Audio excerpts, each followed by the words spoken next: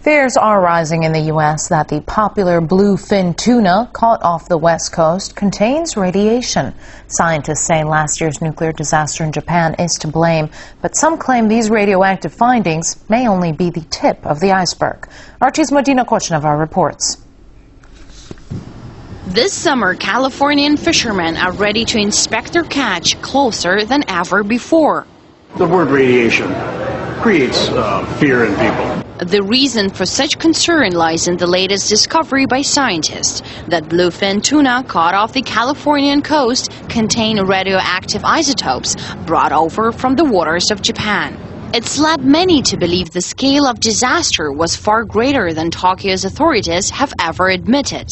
Last year's devastating earthquake and tsunami not only killed thousands, but also knocked out the Fukushima nuclear plant, spilling uncontrolled amounts of radiation into the atmosphere, soil and sea.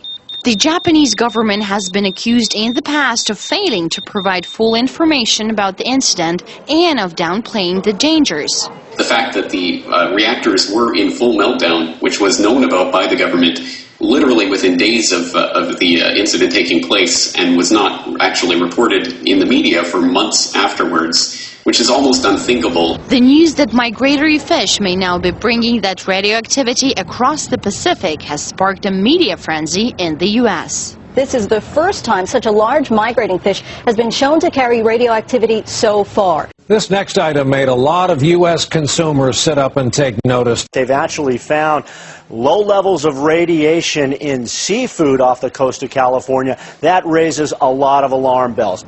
But there are fears that radiation in bluefin tuna is only the first sign of much worse disaster to come for the West Coast. Radiation is coming across the Pacific in the ocean currents, contaminating all of the sea life. It's been completely hidden.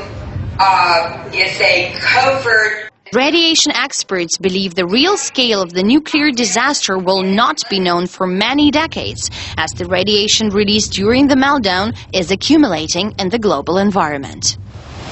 Later this summer, scientists will repeat their study on migratory fish, but this time on a far greater scale than before and taking in a number of different species. Experts say this will provide a real test of just how much radiation has been flowing across from Japanese waters to American shores. Medina Kochneva, RT, reporting from Los Angeles, California.